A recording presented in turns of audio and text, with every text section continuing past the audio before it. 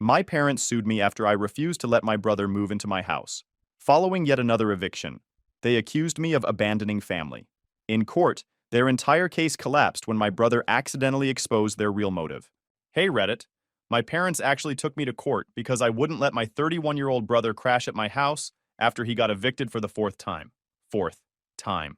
And somehow I'm the villain in this story. At least I was until my brother opened his mouth in front of the judge and blew their entire scheme wide open. So I, 28 male, grew up in one of those families where the favoritism was so obvious, it could have been a case study in a psychology textbook. My older brother Kevin, 31 male, was the golden child who could literally set the house on fire, and my parents would blame the matches for being too flammable. Meanwhile, I was basically the family afterthought. The, oh right, we have another kid's son. Growing up in suburban Ohio, I learned pretty early that there were two sets of rules in our house. Kevin's rules and everyone else's rules. Kevin could stay out until midnight on school nights because he was socializing and building important life skills. I had to be home by 8 p.m. because I needed structure. Kevin could quit every extracurricular activity he started because he was finding himself. I had to stick with band for 4 years, even though I hated the clarinet because commitment builds character. The double standards were so blatant it was almost funny. Almost. Kevin wrecked my dad's car when he was 17, drove it straight into a mailbox while texting, and my parents bought him a used Honda 2 weeks later, so he could learn from his mistake in a safer vehicle. I got a B+ on a chemistry test once, and my mom sat me down for a 2-hour lecture about wasted potential. A B+. I still remember her disappointed face, like I'd personally let down every ancestor in our family tree. School events were another joke entirely. Kevin would get average grades, nothing special, maybe a C+ average on a good semester. Every report card was celebrated like he'd won a Nobel Prize. My parents would take him out for dinner, buy him something nice, tell him how proud they were of his effort. Meanwhile, I was pulling straight A's, and the most I ever got was a nod of acknowledgement. Once I made honor roll for the 6th consecutive semester, and my mom's response was, "Well, you're supposed to do well. Thanks for the enthusiasm, Mother." Holidays were always a production in the Kevin show. Christmas morning looked like Santa had a personal vendetta against me. Kevin's pile of presents could block a doorway while I'd get maybe 3 or 4 practical items. Socks, a calculator for school, gift cards to places I never went. One year I got a toolkit while Kevin unwrapped a gaming console, the latest smartphone, and somehow a dirt bike. My mom's explanation was that Kevin needed more because he appreciates things differently. I still don't know what that means. I'm pretty sure I would have appreciated a gaming console differently than a set of socket wrenches. Birthdays followed the same pattern. Kevin's parties were events. Rented venues, catered food, all his friends invited. My birthdays were an afterthought. "Do you even want a party this year?" my mom would ask every year, making it clear that the answer she wanted was no. By the time I was 14, I'd stopped expecting anything and just told them not to bother. Easier to have no expectations than to be disappointed again. My dad was always Kevin's biggest cheerleader. Every mediocre achievement got celebrated like Kevin had cured cancer. Kevin made JV soccer as a sophomore. Dad threw a party. Kevin graduated high school with a 2.1 GPA. Dad cried actual tears of pride. When I graduated salutatorian and got a full academic scholarship to Ohio State, my dad patted me on the shoulder and said, "Good job," before asking if I'd seen Kevin's new sneakers.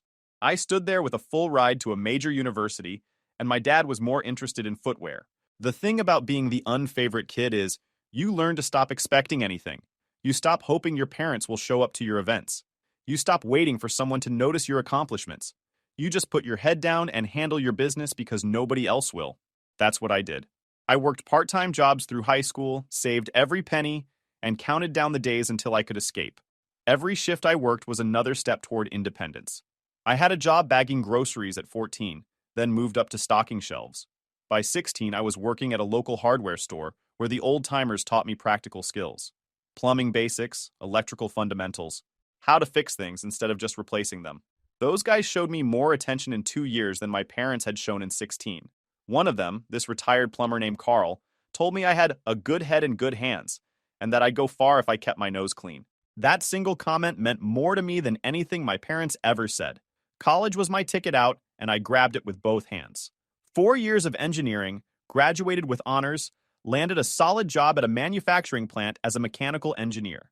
While Kevin was busy bouncing between minimum wage jobs, and asking our parents for loans that everyone knew were just gifts, I was building an actual life, real career, real savings, real future. By 25, I'd saved enough for a down payment on a modest three-bedroom house in a nice neighborhood. Nothing fancy, but it was mine. Every mortgage payment was a reminder that I'd done this myself. No handouts from mom and dad. No loans that magically never needed repayment. Just years of hard work and careful planning. The day I signed those closing documents was one of the best days of my life. I had something that was entirely mine, built entirely on my own effort. Kevin's life, meanwhile, was a revolving door of disasters. He couldn't hold a job for more than 6 months. He'd get fired for showing up late, for having attitude problems, for creative differences with management at a fast food restaurant. The excuses were always creative, I'll give him that. Never once was anything his fault. The manager was on a power trip. The schedule was unreasonable. The job was beneath him anyway. Always something external causing his problems. Never anything internal. Kevin's housing history reads like a comedy of errors, except nobody's laughing. Eviction number 1 happened when he was 24. He'd rented a studio apartment and stopped paying rent after 3 months because he disagreed with the landlord's energy. I don't know what that means either. The landlord had the audacity to ask for rent on time, apparently, and Kevin found that aggressive. My parents paid off his back rent and let him move home.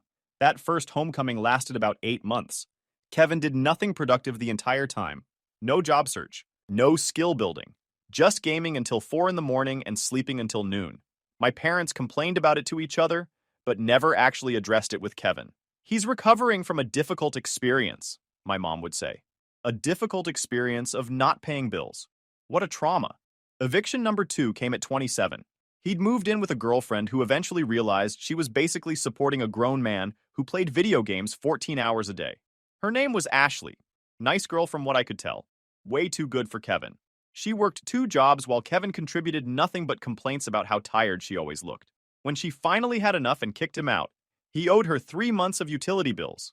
My parents covered those too and welcomed their precious boy back home. The second homecoming was even worse. Kevin had developed an attitude about it, like he was doing our parents a favor by gracing them with his presence. He'd eat their food, use their utilities, contribute nothing to household upkeep, and then complain about the quality of the groceries my mom bought. These aren't the right chips, he'd say, like a $40 a week food mooch gets to have preferences. Eviction number 3 happened just last year when he was 30. He'd somehow convinced a buddy named Trevor to let him crash at his place rent-free in exchange for helping with chores. Turns out Kevin's definition of helping with chores was eating all the food and never cleaning anything. Trevor had given him a simple arrangement. Keep the common areas clean, take out the trash, basic stuff. Kevin couldn't even manage that. The buddy gave him 2 weeks to leave. Kevin stretched it to 2 months until the guy literally changed the locks while Kevin was out. Each time, my parents acted like Kevin was some victim of circumstance.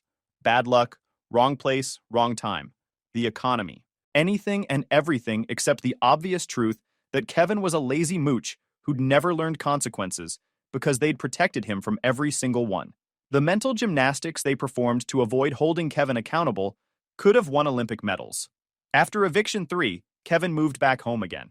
My parents were in their late 50s by this point, supposedly planning for retirement, and here was their 30-year-old son camped out in his childhood bedroom like nothing had changed since high school. They'd complain about it to me during our rare phone calls. Kevin's having a hard time. Kevin just needs to find his path. Kevin would thrive if he just got the right opportunity. The opportunities Kevin actually needed were basic life skills and a wake-up call, but that wasn't something my parents were equipped to provide. They'd spent 3 decades making sure Kevin never had to grow up, and now they were shocked that he hadn't. Shocked, I tell you. I stayed out of it mostly. Sent a card on holidays. Called on birthdays.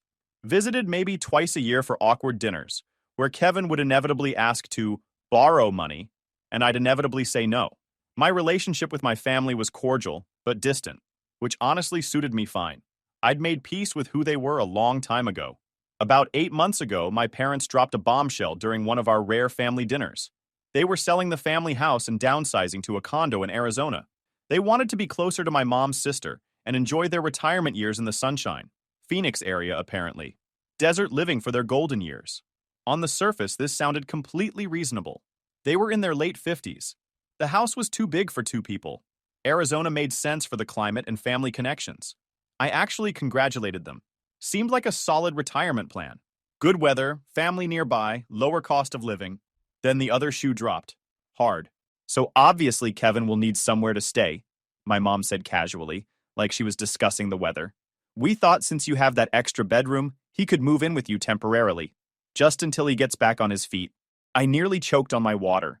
My extra bedrooms were a home office where I did freelance consulting work and a guest room I used maybe 3 times a year for actual guests. Neither of those was a Kevin storage facility. The office especially was important for my side income, which brought in an extra 15 grand a year.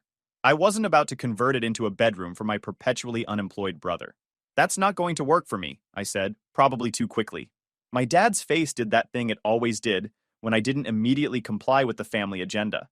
A mix of confusion and irritation, like he couldn't quite compute that I had my own opinions about my own house. Why not? You have the space. Having space and wanting a roommate are two different things. Kevin and I don't exactly have a compatible lifestyle, by which I meant I actually paid my bills and maintained basic hygiene standards, but I was trying to be diplomatic. Kevin was sitting across from me, scrolling through his phone like this conversation about his entire living situation didn't concern him. Classic Kevin. Let everyone else figure out his problems while he checked social media, probably looking at memes while his housing future was being discussed. It would only be temporary, my mom insisted. 6 months, maybe a year, just until Kevin saves up enough for his own place. 6 months to a year. Right. Kevin had lived rent-free with our parents for the better part of a decade, across multiple stints, and had never managed to save anything. The idea that he'd suddenly develop financial discipline in my house was laughable. The man had never saved a dime in his life. Any money he got went straight to video games, food delivery, and whatever other immediate gratification he wanted. I'm sorry, but no, I'm not in a position to take on a roommate. I used corporate speak because I'd learned that direct honesty with my parents just led to arguments. Soft language sometimes bought more time. The dinner got awkward after that. My parents kept circling back to the topic, trying different angles. It would be so good for Kevin to be around a positive influence. It would help me too because Kevin could help around the house.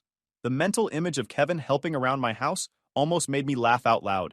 This was a guy who once went 3 weeks without doing laundry because he kept forgetting. He'd help around my house like a tornado, helps around a mobile home park. I held firm. No meant no.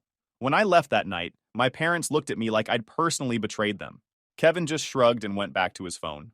Typical. My parents moved to Arizona about 4 months ago. They'd found Kevin a small apartment near their old house and paid his first 3 months of rent plus the security deposit.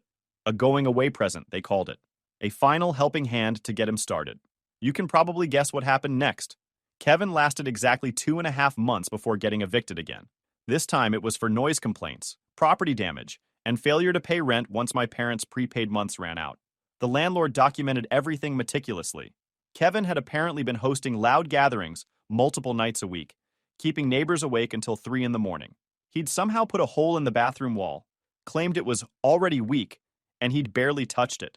The landlord had photos showing a fist-sized hole that definitely wasn't there during the move-in inspection. My parents called me the day Kevin got his eviction notice. My mom was practically hysterical on the phone, going on about how Kevin had nowhere to go and how he'd end up on the streets if someone didn't help him. My dad took over and used his serious voice, the one he probably thought commanded respect, but really just sounded constipated. You need to let Kevin stay with you, he said. Not asked. Told. No, I said simply. He's your brother. He's family. This is what family does. Family doesn't mean I have to let someone move into my house against my wishes. Kevin is 31 years old. He needs to figure out his own living situation. My mom grabbed the phone back. How can you be so cold? After everything we've done for you. That one almost made me laugh. Everything they'd done for me. The years of favoritism. The lack of support. The constant reminders that I was the lesser son. What exactly had they done for me besides occasionally remember I existed? I could count on one hand the meaningful things they'd contributed to my life, and most of those fingers would stay down. I'm not being cold. I'm being realistic. Kevin has been evicted 4 times. He doesn't pay rent. He damages property. That's not someone I want living in my house. The call devolved into accusations and guilt trips. I was abandoning family. I was being selfish. I was punishing Kevin for making mistakes. As if destroying rental properties and refusing to pay for housing were just whoopsie-daisies that anyone could make. As if 4 evictions in 7 years was just a string of bad luck. I ended the call by saying my answer was final, and I wasn't going to discuss it further. Then, I blocked their numbers for 48 hours because I needed a mental break. Over the next few weeks, they tried everything. Flying monkeys in the form of distant relatives I hadn't spoken to in years suddenly started calling to tell me how disappointed they were in me. My aunt texted me a Bible verse about brotherly love. A cousin I'd met maybe twice tried to friend me on social media, presumably to continue the guilt campaign. Even my grandmother, who I genuinely loved, called to gently suggest that family helps family. I explained the situation, and she actually seemed to understand, though she still encouraged me to keep my heart open. Kevin himself called a few times. His approach was different. Less guilt, more promises. He'd changed. He'd learn from his mistakes. He'd get a job immediately. He'd pay rent. He'd be the perfect housemate. I'd barely know he was there. Right. The guy who couldn't keep a job for 6 months was going to suddenly transform into a model tenant. I wasn't buying it. I said no. Every single time I said no. My house, my rules, my decision. Kevin could figure out his own situation like every other adult on the planet. About 6 weeks ago, I got a letter in the mail that made me actually laugh out loud. It was from a law office I'd never heard of, informing me that my parents were considering legal action against me for familial abandonment and breach of implied familial duty. I had to read it 3 times to make sure I wasn't hallucinating. My parents were threatening to sue me because I wouldn't let my adult brother live in my house. This couldn't be real. The letter was written on official letterhead with fancy fonts and legal jargon, but the substance was pure delusion. I called a lawyer friend from college to get his take. He was equally baffled. Familial abandonment isn't really a thing in civil law, he explained. At least not in the way they're describing. There's no legal obligation to house adult siblings. This sounds like someone either gave them very bad legal advice, or they found a lawyer willing to take their money for a case that's going nowhere. He suggested I respond formally through an attorney to make it clear I wasn't intimidated. So I hired a lawyer of my own. Nothing fancy, just a local guy named Richard who handled general civil matters. He sent a response letter that basically said, there is no legal basis for these claims, and any lawsuit would be frivolous. I figured that would be the end of it. Normal people would realize they had no case and drop the whole thing. But my parents weren't normal people. They were people who'd spent 30 years refusing to accept that their golden child had any flaws, and they weren't about to start accepting reality now. 2 weeks later, I got served with actual court papers. My parents were suing me for $50,000 in damages for intentional infliction of emotional distress and negligent failure to provide familial support. The claims were completely bonkers. They alleged that my refusal to house Kevin had caused them severe emotional trauma and had forced them to incur significant financial expenses to support Kevin themselves. The irony was thick enough to cut with a knife. They'd been supporting Kevin his entire life. They'd enabled every bad decision, covered every consequence, and protected him from every failure. But somehow my refusal to continue their pattern of enabling was causing them emotional distress. My lawyer reviewed the complaint and confirmed what I already suspected. This is nonsense. There's no cause of action here. They're basically suing you for not being generous enough with your personal property. No judge is going to entertain this. But we still had to respond. We still had to go through the motions. And that meant actually going to court. The discovery process was illuminating. My lawyer requested documents from my parents related to their claims, including financial records showing the significant expenses they'd supposedly incurred because of my actions. What we got back was a goldmine. First, there were bank statements showing that my parents had been funneling money to Kevin for years. Not just during emergencies, but regularly. Monthly transfers of $500, $800, sometimes $1,200. This had been going on for at least the past 5 years, based on the records they provided. Kevin wasn't just occasionally asking for help. He was basically on their payroll. Over 5 years, they'd given him roughly $45,000, maybe more. That's a down payment on a house. That's a master's degree. That's seed money for a business. Instead, it went to funding Kevin's extended adolescence. Second, there were emails between my parents discussing their retirement plan. And this is where things got really interesting. In these emails, they openly talked about how they expected me to take over Kevin's support once they moved to Arizona.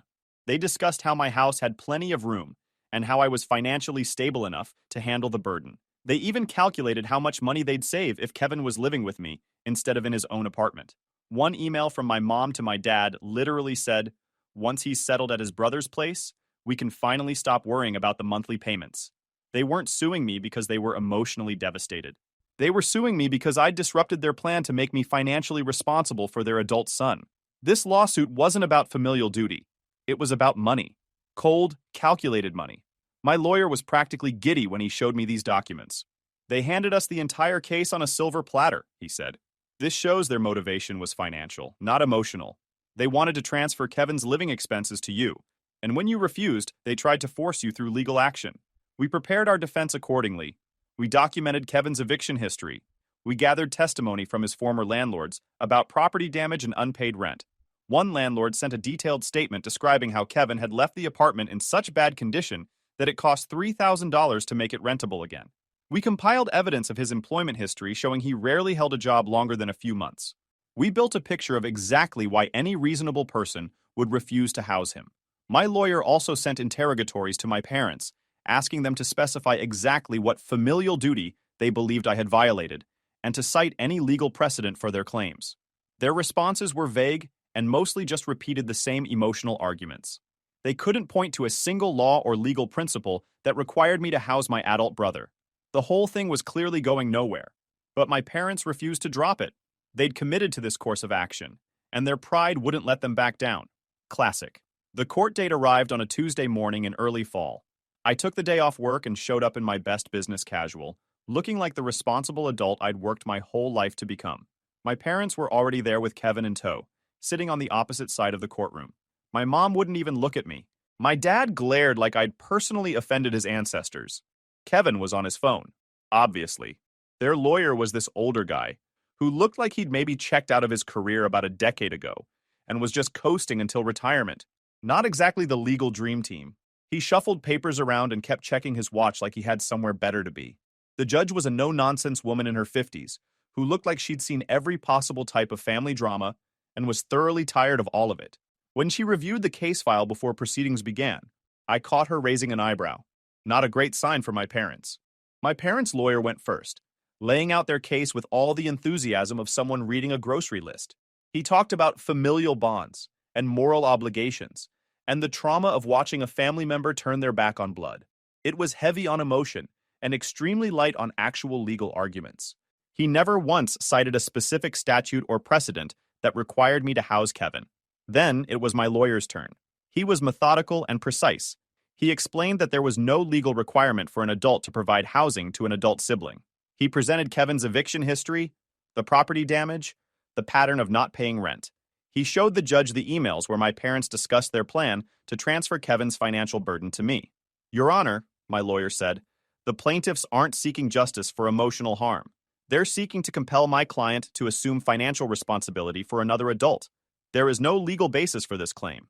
This lawsuit is an attempt to use the court system to circumvent my client's right to determine who lives in his own home. The judge looked unimpressed with my parents' case. She asked their lawyer directly, "Can you cite any legal authority that obligates a person to provide housing to an adult sibling?"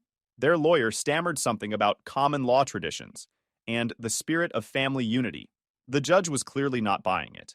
Then came the moment that changed everything. The judge decided she wanted to hear from Kevin directly. This made sense since he was the person at the center of the entire dispute. Kevin was sworn in and took a seat in the witness box, looking annoyed that he had to put down his phone for 5 minutes. My parents' lawyer asked Kevin some softball questions.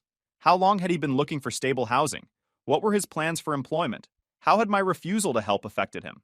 Kevin's answers were predictably Kevin. He'd been exploring options. He was between opportunities job-wise. My refusal had really hurt because he thought I was supposed to have his back. Then my lawyer got his turn. He started with Kevin's eviction history, walking through each one methodically. Kevin tried to minimize and deflect, but the documentation was clear. 4 evictions, property damage, unpaid rent. The pattern was undeniable. Then my lawyer asked the question that blew the whole case wide open. Kevin, where are you currently living? Kevin shrugged. With my buddy Dave. He's letting me crash on his couch until this gets sorted out. So you're not homeless? You're not living on the streets as your parents claimed in their filing? Kevin actually looked confused by the question. No, I've been at Dave's place for like 2 months now. It's fine. The judge's eyebrows went up. My parents' lawyer looked like he wanted to sink into the floor. My lawyer continued. And what do you understand to be the purpose of this lawsuit? Why are your parents suing your brother? Kevin shrugged again. I mean, it's pretty simple.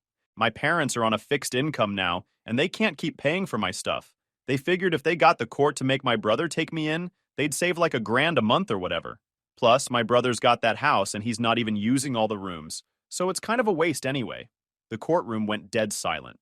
Kevin had just admitted under oath that the entire lawsuit was a financial scheme, not about emotional distress, not about family duty, just about transferring his living expenses from my parents to me. My parents looked horrified. Their lawyer closed his eyes like he was praying for the sweet release of death. The judge looked like she was simultaneously annoyed and almost amused by the sheer audacity of it all. "So let me make sure I understand," the judge said slowly.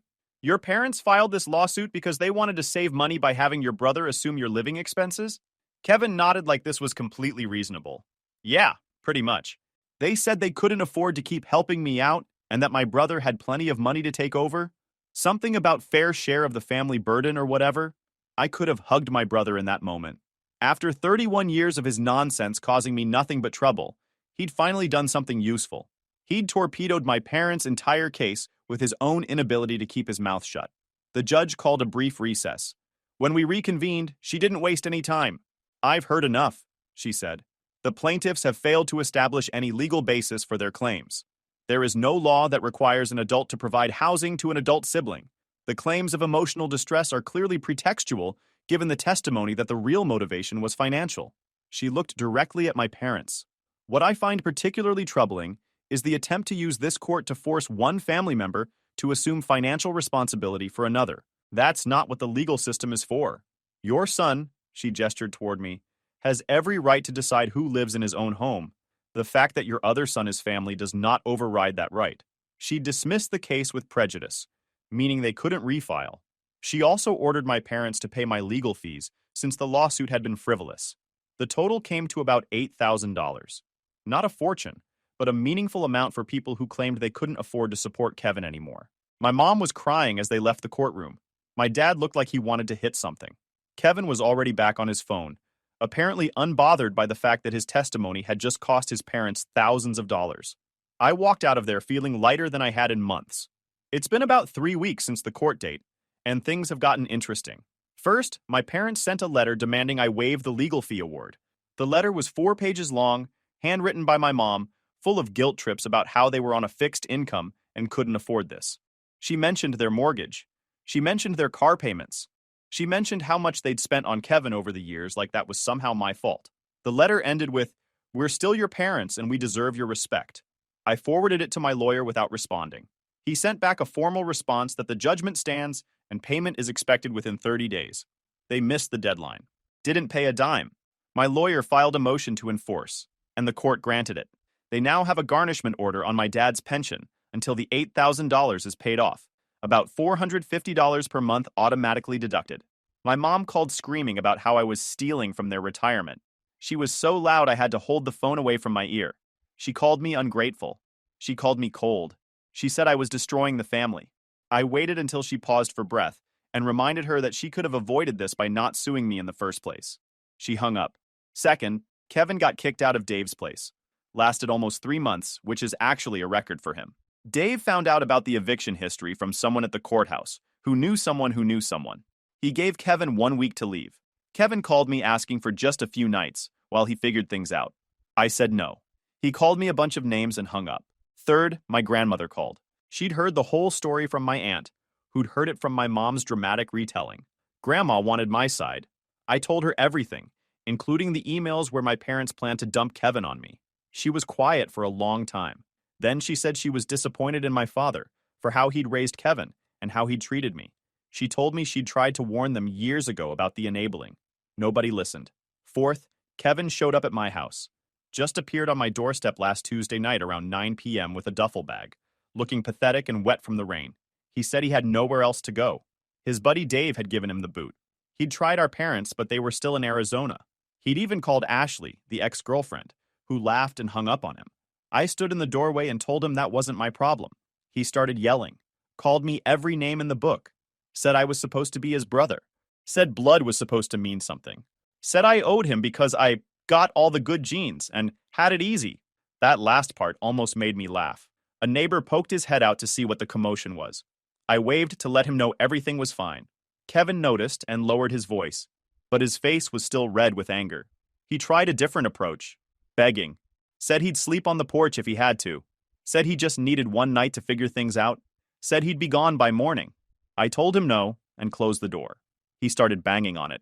I called the non-emergency police line to document the incident in case he tried anything. He must have seen me through the window because he grabbed his bag and left before they arrived. The officer who showed up took my statement and suggested I get a Ring doorbell camera. I ordered one that night. Fifth, my parents flew back from Arizona. They're staying at a motel near their old house, trying to help Kevin get back on his feet. My mom called to tell me this like I was supposed to feel guilty. I asked her how the retirement condo was working out. She said they might have to sell it to cover Kevin's expenses. I said that sounded like a personal problem. She called me heartless and hung up. Sixth, I got a promotion at work. Senior engineer position with a 15% raise. I found out the same day Kevin got kicked out of Dave's place. Sometimes timing is just perfect. Last weekend, everything came to a head. My parents showed up at my house unannounced. Both of them, plus Kevin, standing on my front porch like some kind of intervention squad. They'd driven all night from their motel to catch me before I left for work Saturday morning. My dad was holding a folder of papers. My mom had been crying. Mascara streaked down her face. Kevin just looked annoyed to be there, probably because someone had woken him up before noon. I stepped outside and closed the door behind me. I wasn't letting them inside. The new Ring doorbell was recording everything, which I made sure to point out. My dad launched into a speech he'd clearly rehearsed in the car. Family and responsibility. Blood being thicker than water.